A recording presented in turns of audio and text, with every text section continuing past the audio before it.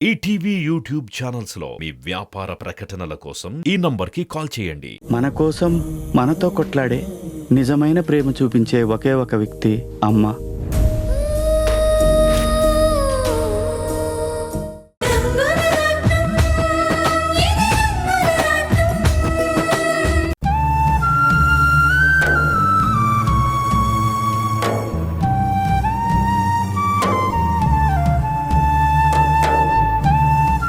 అదేంటి సమంత, నువ్వెప్పుడు కారులోనే వెళ్తావు కదా, ఈరోజు నడుస్తున్నావేంటి? నువ్వు నడుస్తున్నావు కదా వర్ష, ఇప్పటికే ఒంటరైపోయినందుకు చాలా బాధపడుతున్నావు. అలాంటిది నిన్ను నేను ఒంటరిగా వదిలేసి ఎలా వెళ్తాను? వర్ష, నీకెలా చెప్పాలో నాకు అర్థం కావడం లేదు.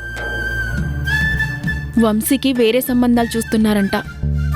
ఇది వింటే నాకు ఎంత బాధగా అనిపించిందో తెలుసా?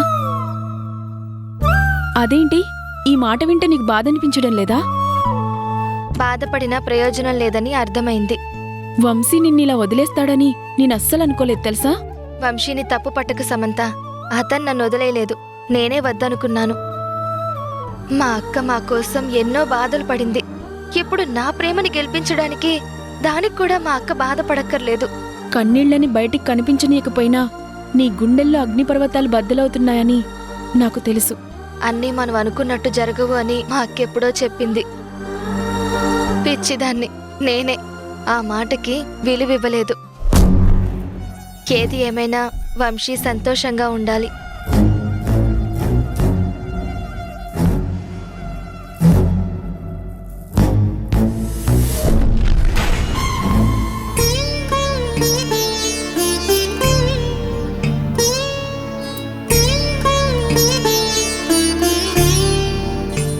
తాతయ్య. అమ్మ వర్ష, ఏంటి మనవరాలా, ఎలా ఉన్నావు? ఏ, మళ్ళీ వచ్చావా? అయినా నీకెన్నిసార్లు చెప్పాలి నన్ను మనవరాలని వరుసలు కలపొద్దని? నిన్ను చూస్తుంటేనే నాకు చిరాగ్గా ఉంది. తప్పు సమంత, పెద్దాయనతో ఎందుకలా మాట్లాడుతున్నావు? తాతయ్య ఎలా ఉన్నారు? నేను బాగున్నానమ్మా. ఇద్దరు మనవరాలను చూశాను కదా, చాలా ఆనందంగా ఉంది. మిస్టర్, నీకు డబ్బులు కావాలంటే అడుగు, అంతేకాని అడుక్కోవడానికి ఇలా వరసలు కలపక్కర్లేదు.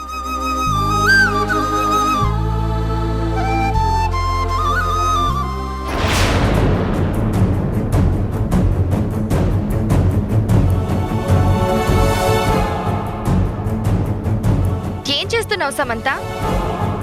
ఈ అడుక్కునేవాడికి 100 రూపాయలు వేస్తున్నాను. తప్పు, ఆయన అడుక్కునేవాడు కాదు, మా తాతయ్య. ఆయనకి మనుషులంటే చాలా అభిమానం. పర్వాలేదులేమ్మా, నా మనవరాలే కదా ఇచ్చింది. నన్ను అడుక్కునేవాడు అనుకున్నా నాకేం బాధ లేదులేమ్మా. ఈ మనవరాల దగ్గర ఈ తాతయ్య అడుక్కుంటున్నాడు అంతే. ఇటీవమ్మా. ఇలా అడ్డమైన వాళ్ళు మనవరాలు అని పిలిస్తే ఒప్పుకునే అలవాటు నాకు లేదు.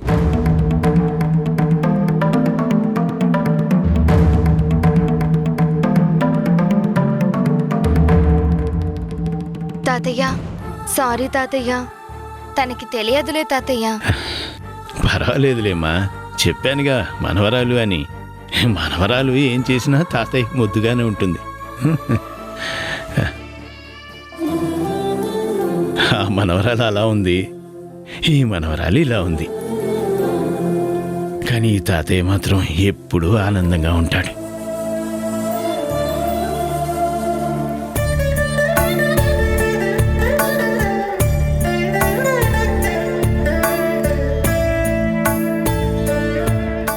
మావయ్య, వంట పూర్తయింది, భోజనం చేతురు, పదండి. అలాగేనమ్మా. వంశీ, వంశీ,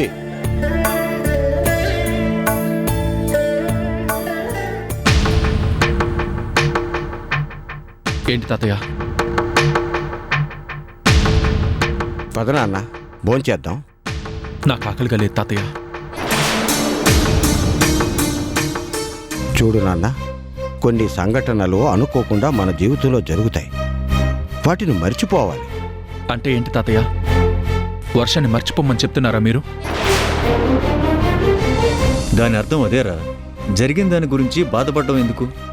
మర్చిపోవడానికి వర్ష ఒక జ్ఞాపకం కాదు, నా జీవితం. ఎలా మర్చిపోమంటారు తన్ని? వంశీ, ఒంటరిగా ఉన్నంత వరకు ఆ వర్ష ఆలోచనల నుండి బయటికి రాలేవురా. అంటే ఏంటి మమ్మీ? నాకు పెళ్లి చేద్దాం అనుకుంటున్నారా?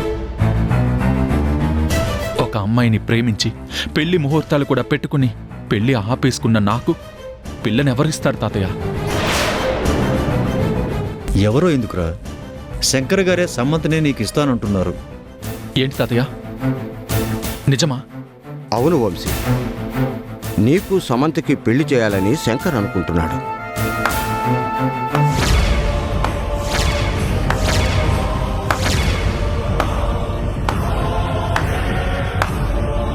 వావ్!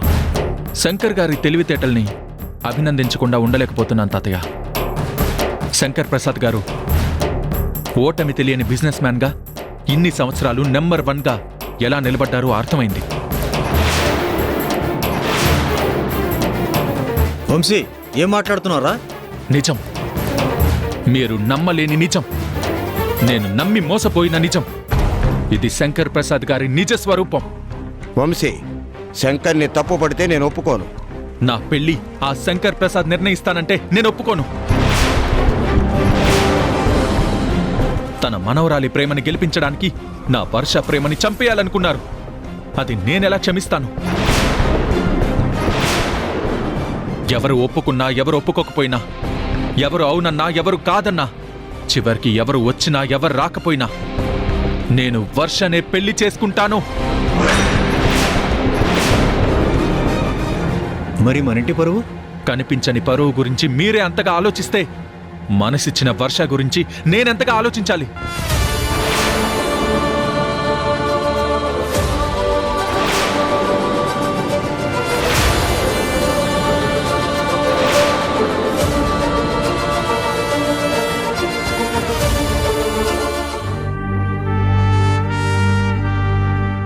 చెప్పు రాధాకృష్ణ, నాతో మాట్లాడాలి అన్నావు.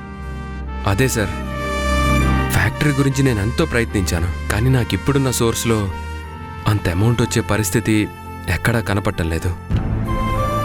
అందుకే ఈ ఫ్యాక్టరీని నేను కొనలేనని చెప్పడానికి వచ్చాను. అదేంటి రాధాకృష్ణ, మూసి ఉన్న ఫ్యాక్టరీని నడిపిస్తూ లాభాల బాట పట్టించిన వ్యాపారవేత్తవి నువ్వు ఆలోచిస్తే ఇది అసాధ్యమైతే కాదు. నిజమే సార్, ఇప్పటికిప్పుడు కొందామన్నా అప్పు చేయాలి, బ్యాంక్ లోన్ తీసుకోవాలి, వాటన్నిటికీ షూరిటీలు కావాలి. నా కాళ్ళ మీద నేను నిలబడి ఎదుగుతున్న వ్యక్తిని షూరిటీలు ఎక్కడి నుంచి తీసుకురాగలను?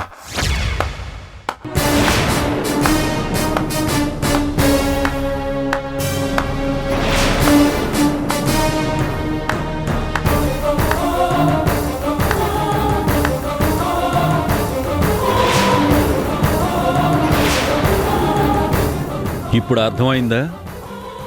గెలుపన్నది అంత సులువుగా రాదు అని. ఎదుగుతానని మాటలు చెప్పినంత సులువు కాదురా ఎదిగి చూపించడం. ఈ ప్రపంచంలో పుట్టాలన్నా డబ్బు కావాలి, బ్రతకాలన్నా డబ్బు కావాలి, ఆఖరికి చచ్చాక పాడి కట్టాలన్నా కూడా డబ్బు కావాలి. అది నా దగ్గర చాలా ఉంది. అందుకే విజయం నాకు వరిస్తుంది, కష్టం నీకు మిగులుతుంది.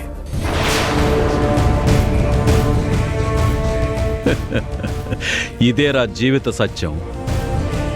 ఎప్పటికైనా ఓడిపోయాను అని ఒప్పుకొని అన్నీ వదులుకొని నా దగ్గరకు రా. నేను చెప్పింది చెయ్యి. నేను ఓడిపోలేదు నాన్న, గెలవడానికి ప్రయత్నిస్తున్నాను. కృషి పట్టుదలతో ప్రయత్నిస్తే అంతిమ విజయం సాధించగలనన్న ఆత్మవిశ్వాసం నాకుంది. బాగా చెప్పావు రాధాకృష్ణ. ఆశ మనిషిని నడిపిస్తుంది, ఆత్మవిశ్వాసం మనిషిని గెలిపిస్తుంది. నువ్వు ఓడిపోవు, గెలుస్తావన్న నమ్మకం నాకుంది.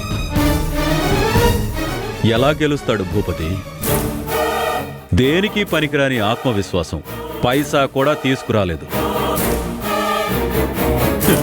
ఇప్పుడు నువ్వు ఫ్యాక్టరీ అమ్మేయాలి భూపతి, వేరే ఆప్షన్ లేదు.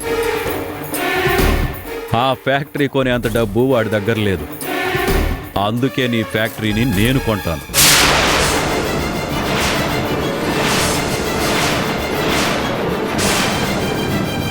ఎంత రేట్ అయినా చెప్పు, ఎందుకు అని అడగకుండా కొంటాను. అవునులేండి, లాభాల్లో ఉంది కదా, దాని మీద ఎంత లాభం వస్తుందో మీకు తెలుసు కదా, అందుకే ఎంత ఇచ్చైనా కొంటారు.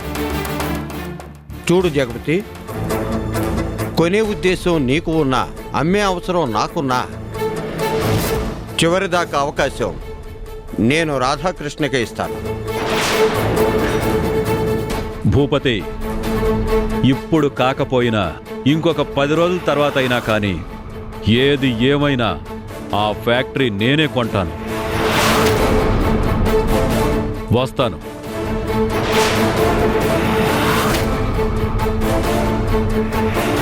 నేను కూడా ప్రయత్నం చేస్తాను సార్. వస్తానండి.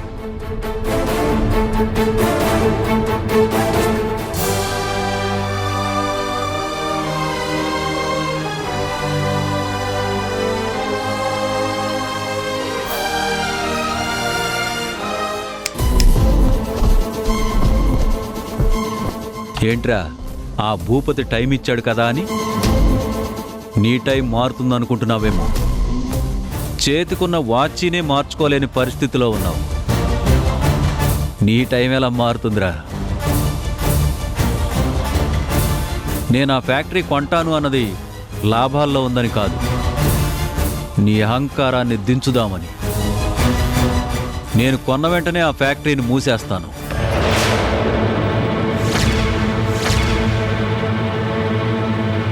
దానివల్ల నాకు నష్టం వచ్చినా పర్వాలేదు, నిన్ను మాత్రం గెలవనివ్వను. నాతోనే సవాల్ చేసావు కదూ, ఏ రోజుకైనా నిన్ను నా కాళ్ళ దగ్గరకు వచ్చేలా చేస్తాను, గుర్తుంచుకో.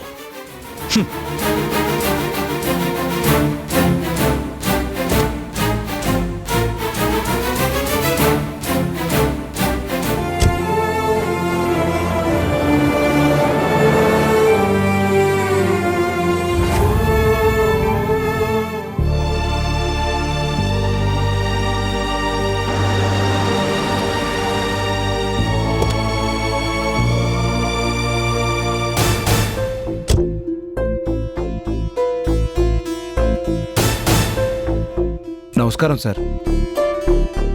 రాణి ఉందా? అక్కుంది సార్, లోపలికి రండి. అవసరం లేదు, మీ అక్కనే బయటికి రమ్మని చెప్పు. అలాగే సార్.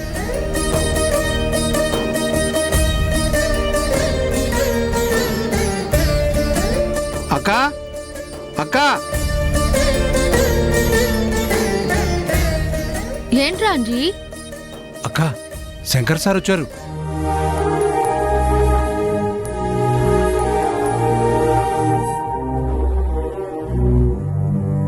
పద వెళ్దాం.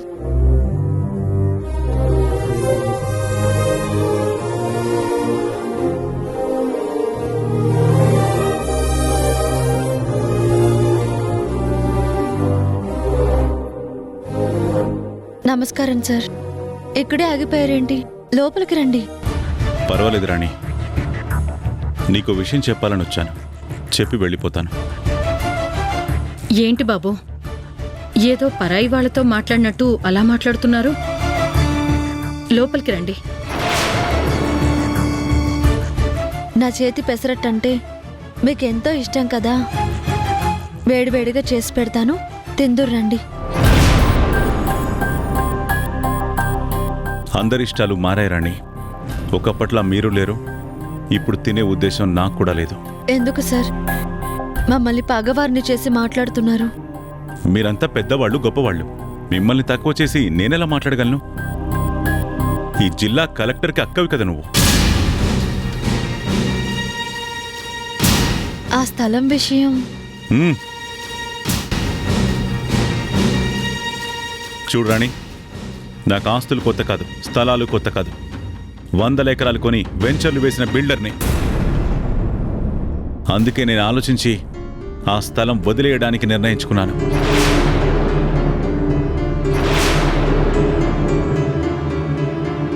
ఆ స్థలంతో పాటు ఆప్తులు అనుకున్న వాళ్ళని కూడా దూరం చేసుకోవడమే మంచిదని నిర్ణయించుకున్నాను. సార్ అది అలా కాదు. నువ్వేం చెప్పకరాణి, నువ్వేమీ చెప్పక్కర్లేదు. ఇప్పుడు నేను చెప్పడానికి వచ్చాను.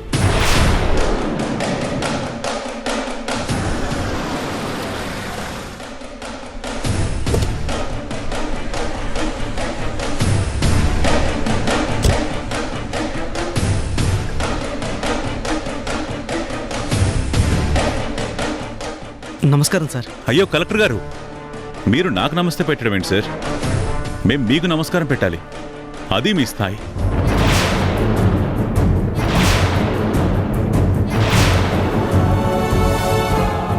ఆఫీస్లో ఉన్నంత వరకే నేను కలెక్టర్ని సార్.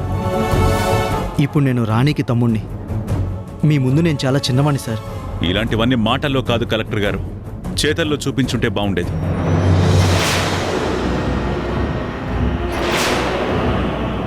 మా స్థలాన్ని హ్యాండ్ ఓవర్ చేసుకోవడానికి మీరు కోర్టు నోటీసులు అవి పంపించిన అవసరం లేదు.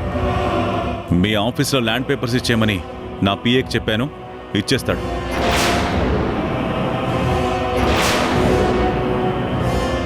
దానికి కాంపెన్సేషన్ ఇస్తారేమో, అది కూడా నాకు అవసరం లేదు.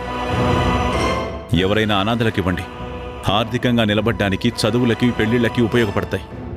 వస్తాను.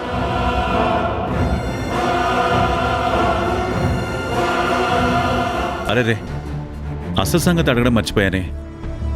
మీ చెల్లెలి పెళ్లి కదా, పెళ్లి పనులు అవి బాగానే జరుగుతున్నాయి కదా?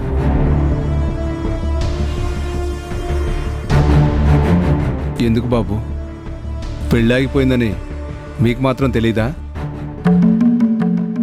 ఇంకా ఎందుకు పుండు మీద కారం జల్లినట్టు మాట్లాడతారు?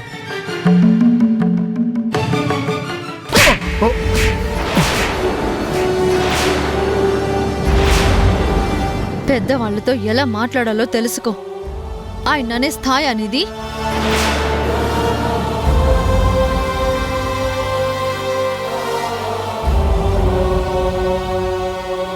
మా వల్ల మీకు బాధ కలిగింది బాబు గారు, కానీ ఆ పరిస్థితుల్లో ఏవైనా చేయగలిగే శక్తి నాకుంటే నేను కానీ నా తమ్ముడు కానీ చేసేవాళ్ళం.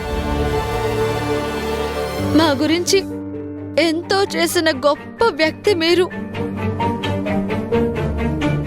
అలాంటి మీకు మా వల్ల బాధ కలగడం మాకు బాధగానే ఉంది. ఏదేమైనా మీ మనసు నొప్పించినందుకు మమ్మల్ని క్షమించండి సార్. నా చెల్లెలి పెళ్లి ఆగిపోయింది సార్.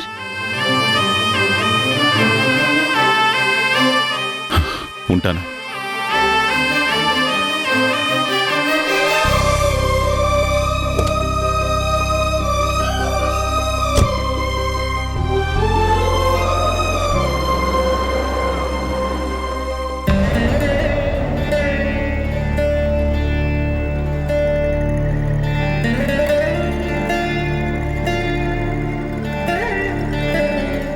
ఏంటమ్మా అందరూ అదోలా ఉన్నారు?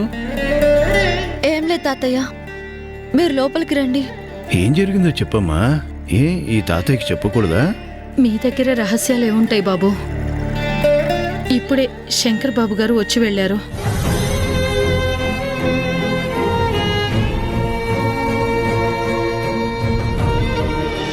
ఎంతో గొప్పగా ప్రవర్తించే శంకర్ ఇలా ప్రవర్తిస్తున్నాడంటే నాకు నమ్మబుద్ధి కావడం లేదమ్మా.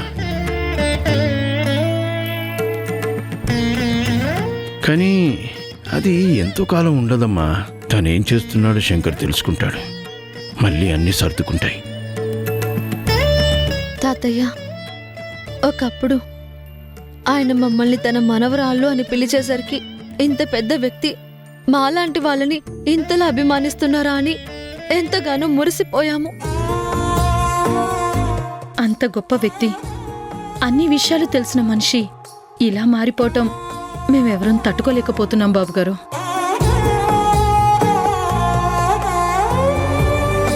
పెళ్లి ఆగిపోవడానికి కారణం ఆయనే. మళ్ళీ ఆయనే వచ్చి పెళ్లి గురించి మాట్లాడేసరికి వినడానికి మాకు చాలా కష్టంగా ఉంది తాతయ్య.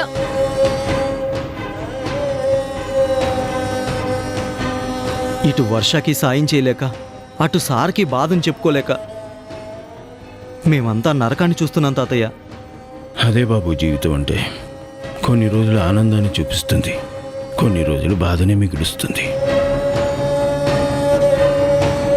ఈ కష్టాన్ని మనం పడలేము, బ్రతకలేము అనుకున్న రోజున మరొక మార్గాన్ని చూపిస్తుంది.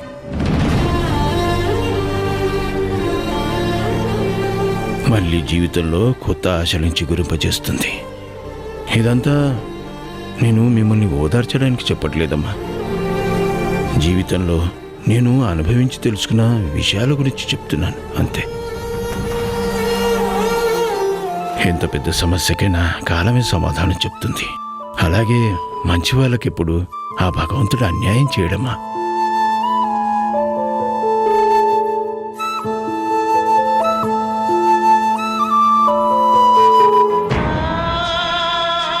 అన్ని సమస్యలకి తొందరలోనే పరిష్కారం దొరుకుతుంది. శంకర్ కూడా మారతాడు. నాకు ఆ నమ్మకం లేదు తాతయ్య. ఇప్పుడున్న పరిస్థితికి నువ్వు అలా అనుకోవచ్చమ్మా. శంకర్ ఆవేశపరుడే కానీ చెడ్డవాడు కాదమ్మా. తన మనవరాలి మీద ఉన్న గుడ్డి ప్రేమతో ఈ మనవరాలికి అన్యాయం చేస్తున్నానని మర్చిపోయాడు.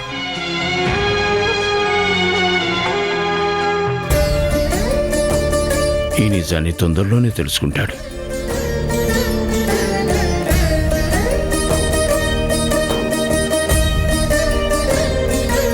నమస్కారం బాబుగారు. నమస్కారం అమ్మా. ఎలా ఉన్నారు బాబుగారు? మమ్మల్ని ఎవరు బాధ పెట్టాలనుకున్నా మేం మాలాగే ఉంటాం. మా తప్పు లేకపోయినా తల వంచుకోవాల్సి వస్తోంది. మా ముందెవరు తల ఉంచుకోవాల్సిన అవసరం లేదు. మేము ఎవరి గురించి ఆలోచించాల్సిన అవసరం లేదు. ఈటీవీ విన్ యాప్ రోజుకి కేవలం రూపాయి మాత్రమే. ఇప్పుడే ఈటీవీ విన్ యాప్ డౌన్లోడ్ చేసి సబ్స్క్రైబ్ చేయండి.